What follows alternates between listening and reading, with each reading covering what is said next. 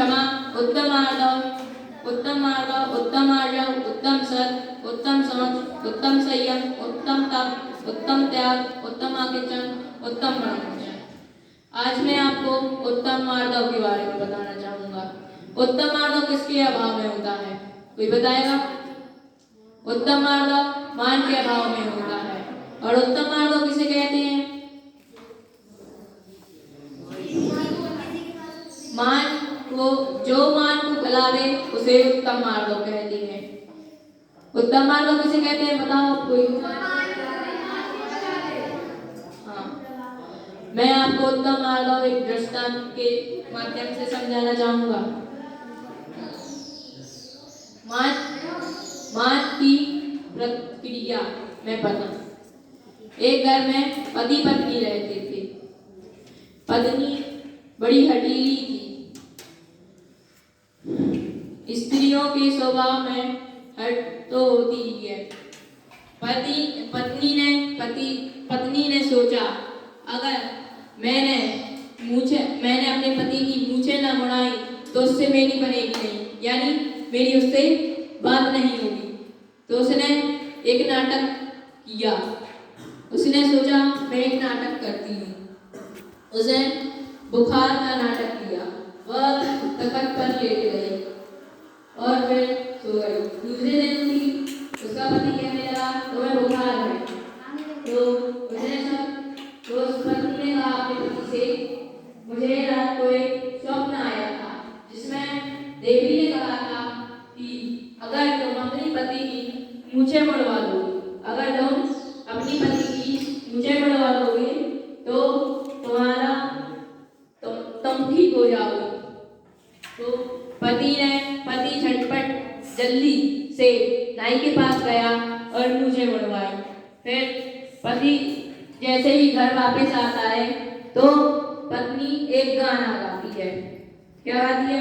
मैंने अपनी टेक निभाई, पति की मूछें मुड़वाई।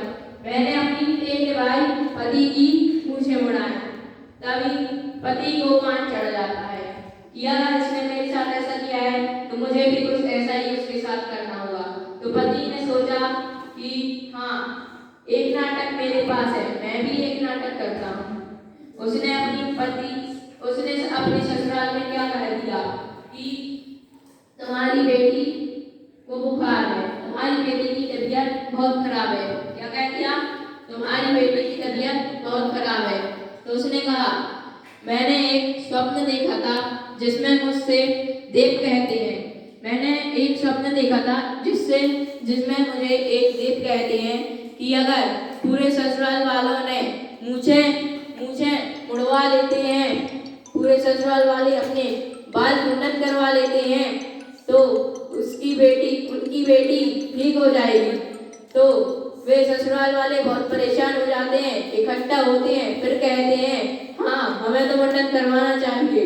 तो वह मुंडन करवा लेते हैं और जब पति के घर आते हैं, बेटी के घर आते हैं, ढोल नगाड़े बजते हैं और आते हैं। तो पत्नी तभी वह गाना गा रही थी, मैंने अपनी टेक निभाई, पति की मूछें मुड़वाई।